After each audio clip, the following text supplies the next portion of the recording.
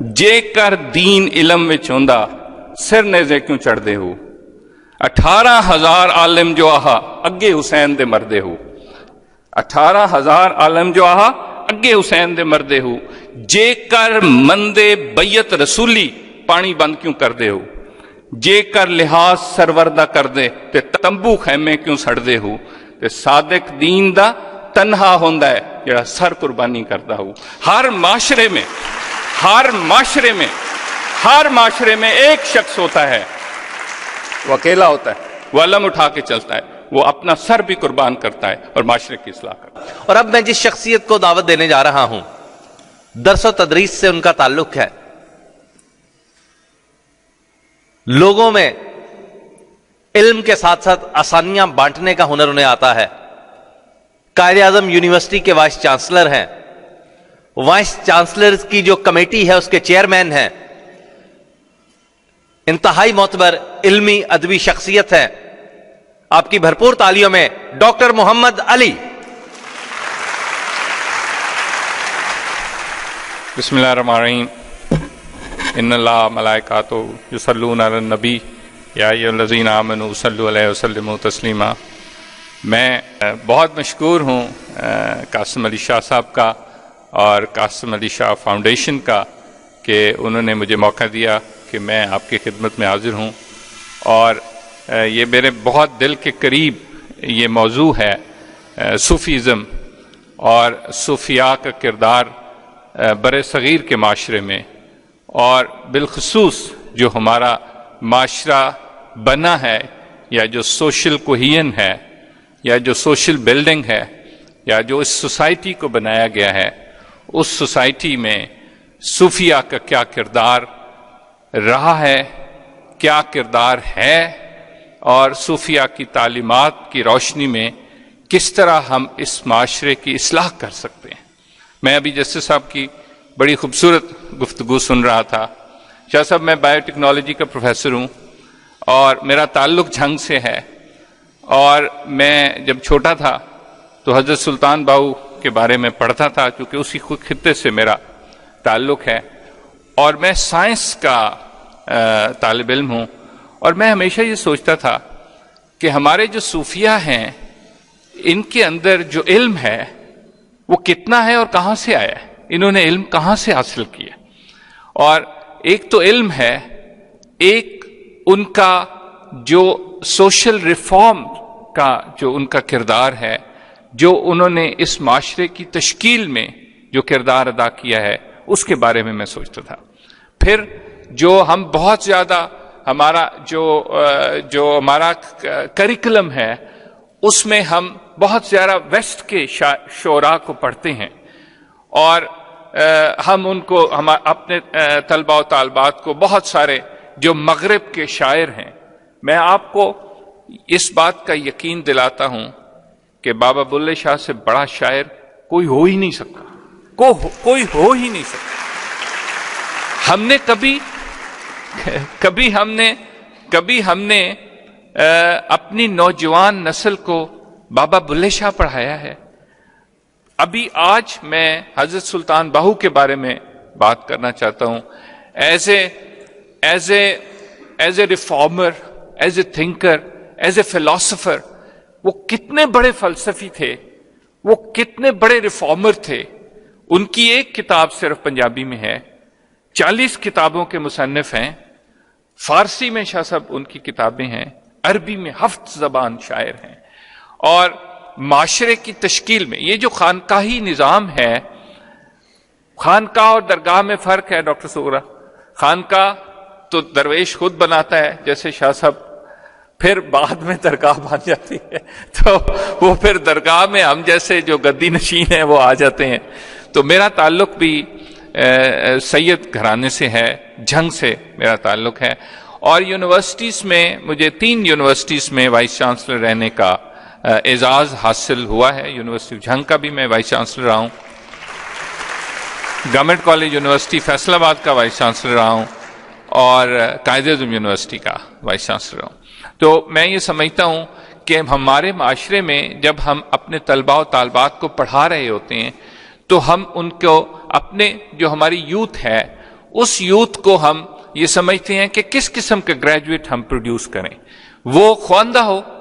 خواندہ ہونا بھی ہمارے معاشرے میں ایک بڑا سوال ہے کہ وہ خواندہ ہو, پڑھا لکھا ہو, اور پڑھے لکھے کی ڈیفینیشن شاہ صاحب آج کل کرنا بڑا مشکل ہو رہا ہے.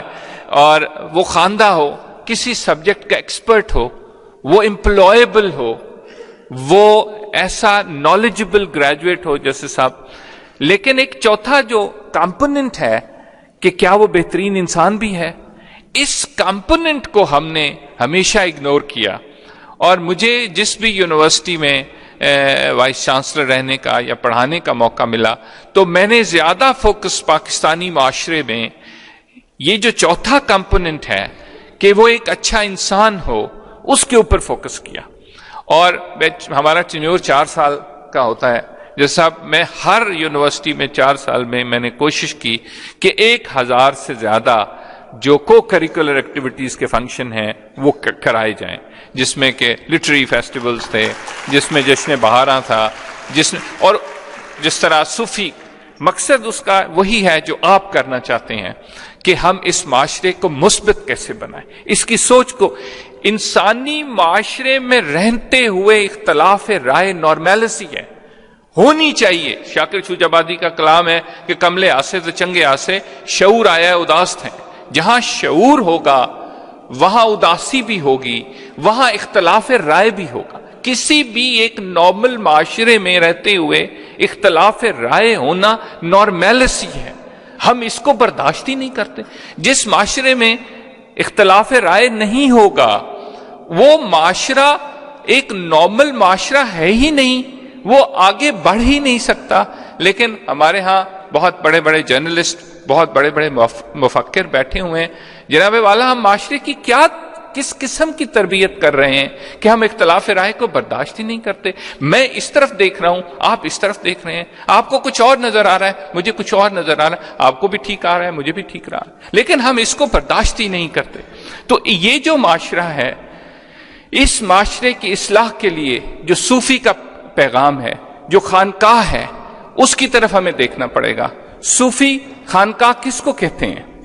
آپ اگر بابا فرید کی خانقاہ پہ, اب تو درگاہ بن گئی, لیکن وہاں پہ مسجد تھی شاہ صاحب, وہاں پہ مدرسہ تھا, وہاں پہ سرائے تھی, وہاں پہ آپ کا جو جوڈیشل نظام ہے سر, وہاں پہ ثالثی ہوتی تھی, وہاں پہ فیصلے ہوتے تھے, وہاں پہ صلح ہوتی تھی.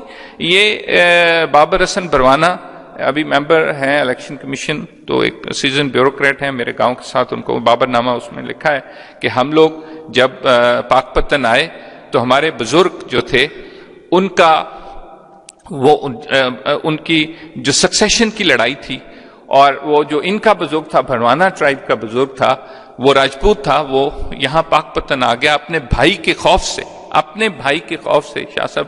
اور جو خانقاہ تھی پاک پتن کی یا جہاں بھی خانقاہ تھی وہ جہاں امن ہوتی تھی.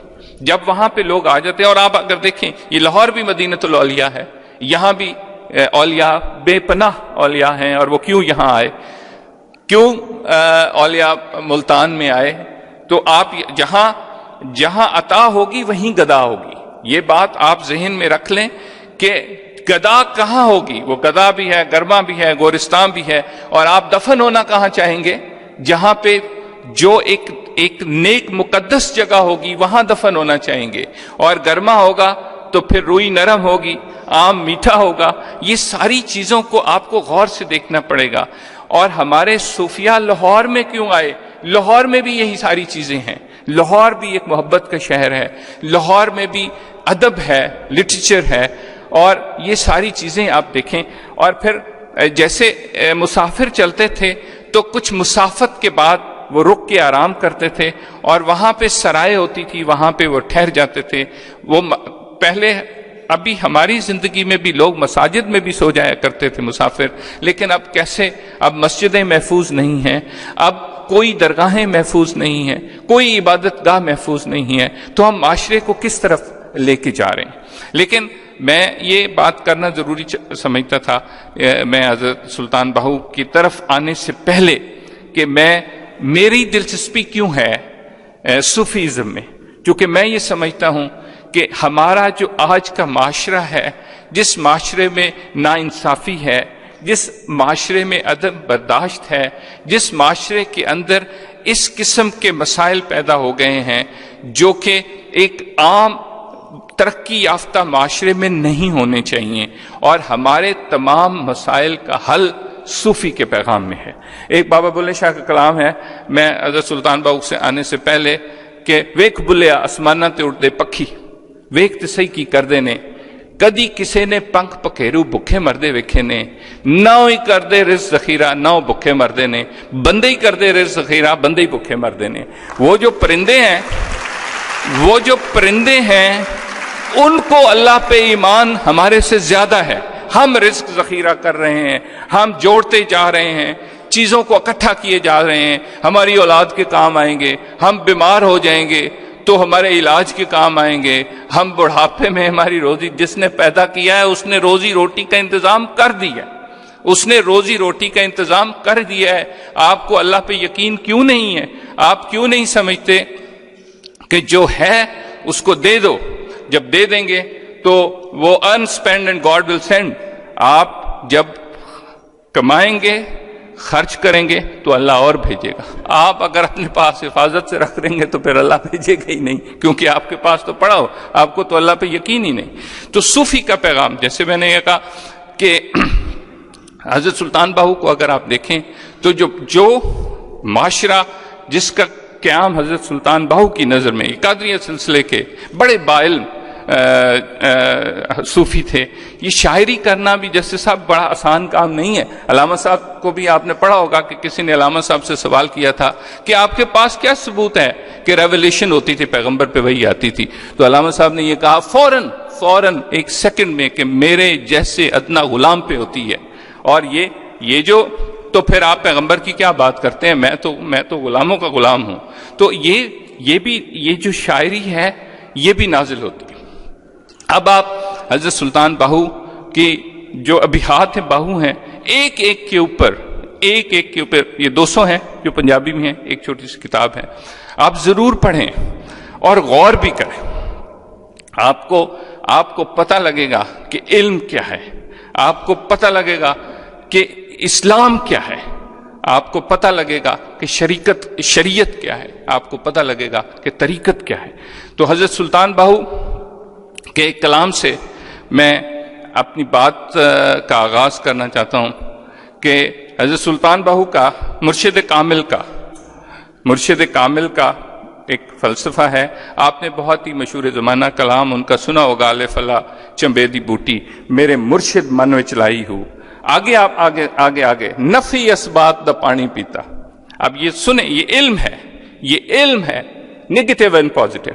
نفی اسبات دا پانی پیتا، ہر رگی ہر جائی ہو، اندر بوٹی مشک مچایا جد پھلانتے آئی ہو، تے جیوے مرشد کامل باہو جسے بوٹی لائی ہو۔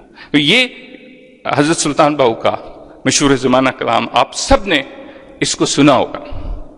لیکن میں آپ کی توجہ ایک اور کلام کی طرف دلوانا چاہتا ہوں، اور وہ کلام، اب اس کلام کو اور اس کے فلسفے کو، اس کے علم کی وسعت کو جیسے صاحب بہت غور سے میں توجہ چاہوں گا، اور ہماری نوجوان نسل کو بھی کی توجہ چاہوں گا کہ آپ سر اس کے اوپر، یہ جو ابھی میں کلام آپ کو پیش کر رہا ہوں، آپ کو ایک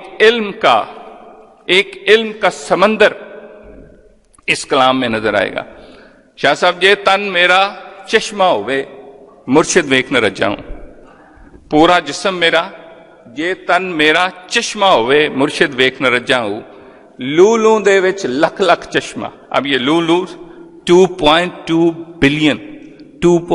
بلین ہے، لولو دے وچ لکھ لکھ، اب 2.2 بلین ہے جس صاحب، اور اس میں بھی ہر ایک میں 1 لاکھ آنکھیں ہیں۔ یہ تن میرا چشمہ ہوئے مرشد ویکھ نہ رجاؤں، لولوں دے وچ لکھ لکھ چشمہ، ایک کھولا ایک کجاؤں، اتنا ڈٹھیاں صبر نہ آوے مڑ کتھے میں بجاؤں، مرشد دا دیدار ہے باہو مینوں لکھ کروڑا آ جاؤں۔ ذرا غور سے سنیں اور اس میں سارے استعاروں پہ غور کریں کہ حضرت صاحب کیا کہہ رہے ہیں کہ جے تن میرا چشمہ ہوئے مرشد ویکھ نہ رجاں ہو، لولوں دے وچ لکھ لکھ چشمہ ایک کھلا ایک کجاں ہو، اتنا ڈٹھیاں صبر نہ آوے مڑ کتھے میں بجاں ہو، مرشد دا دیدار باہو مینو لکھ کروڑا حجاں ہو۔ تو یہ آپ اس کو آپ ذرا اس کلام کی ڈیپتھ کو سوچیں کہ جو ہمارے صوفیہ تھے، علم کتنا تھا ان کے اندر، اور استعارے وہ کس طرح استعمال کر رہے ہیں، اور پھر علم کو پڑھ علم ہزار کتاباں عالم ہوئوں بارے ہو، ایک لفظ عشق نہ پڑھے آتے بھلے پھرن بچارے ہو۔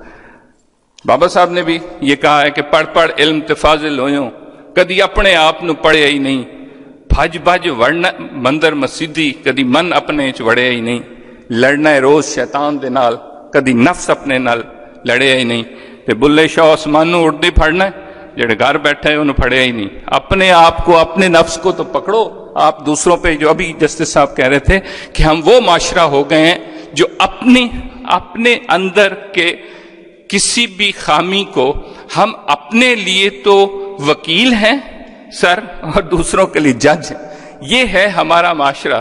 تو یہ بابا بلے شاہ نے بھی یہی پڑھ علم ہزار کتاباں عالم ہوئوں بھارے ہو۔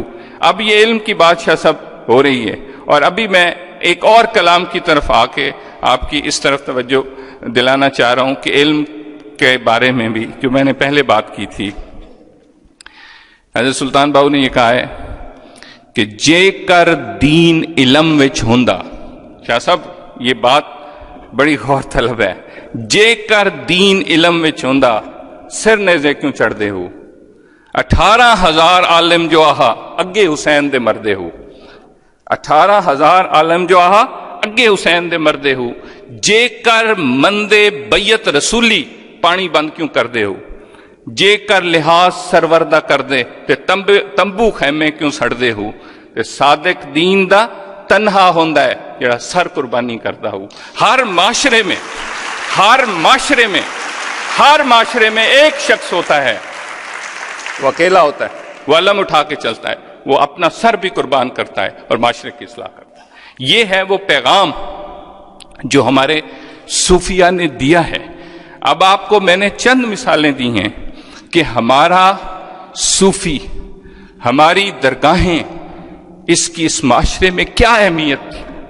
وہاں مسجد بھی تھی، وہاں مدرسہ بھی تھا، وہاں لنگر بھی تھا۔ یہ لنگر، یہ چیریٹی ہے، یہ غریب کو کھانا دینے کا کانسیپٹ ہے۔ لنگر اس لیے نہیں ہے کہ ہم اپنے مریدوں سے پیسے اکٹھے کر کے V8 خرید لیں یا بڑے بڑے گھر بنا لیں۔ تو یہ جو نیاز کا کانسیپٹ ہے، یہ یہی ہے کہ یہ جو ہم پیروں کو پیسے ہمارے مرید دیتے ہیں، اس سے لنگر چلو، لوگوں کے اندر چیریٹی کرو، اور لوگوں کو جو ہے ان کے نان نفقے کا انتظام کرو۔ تو وہاں سرائے بھی ہوتی تھی، جو مسافر گزرتے تھے وہ وہاں رہتے تھے۔ وہاں پہ جوڈیشل سسٹم، ثالثی ہوتی تھی، لوگوں کے جھگڑوں کا جو ہے وہ حل کیا جاتا تھا۔ اور پھر ایک ایسا سوسائٹی کا قیام عمل میں آتا تھا جس میں نے جیسے کہا، جو سب سے امپورٹنٹ چیز میں نے ابھی تک کہی ہے وہ یہ ہے کہ درگاہ جائے امن تھی، تو سب سے بڑا پیغام امن کا ہے، سب سے بڑا پیغام برداشت کا ہے، سب سے بڑا پیغام دوسروں کی عزت کرنے کا ہے۔ اپنی عزت تو ہر کوئی کرتا ہے، اپنی عزت تو ہر کوئی کرتا ہے، اپنے ماں باپ کی عزت تو ہر کوئی کرتا ہے، آپ دوسرے کے ماں باپ کی عزت کریں نا۔ تو دوسرے کی جب عزت کرنا آپ سیکھیں گے تو پھر آپ کا معاشرہ ایک بہترین معاشرہ ہے۔ ہم سڑک پہ جاتے ہوئے، جب ابھی جسٹس صاحب نے مثال دی کہ ہم کسی کو آپ روڈ پہ دیکھ لیں، کوئی کسی کو راستہ نہیں دیتا۔ آپ UK میں چلے جائیں، 90% جگہ پہ ٹریفک لائٹس ہی نہیں ہیں، ٹریفک لائٹس ہی نہیں ہے، چونکہ وہاں پہ آپ کو ٹرین کیا جا رہا ہے دوسروں کے حقوق کا خیال رکھنے کے لیے۔ تو ہمارا صوفی اس وقت ایسے معاشرے کا قیام چاہتا تھا جس معاشرے میں امن تھا، جس معاشرے میں علم تھا، جس معاشرے میں تقوی تھا، جس معاشرے میں انصاف تھا۔ تو میں آخری ایک کلام کسی اور موقع پہ پھر کسی اور صوفی کی بات کریں گے کہ آپ نے یہ کلام بھی سنا ہوگا، اور اس کے بارے میں بھی میں آپ کو تھوڑا سا بتانا چاہتا ہوں کہ دل دریا سمندروں ڈونگے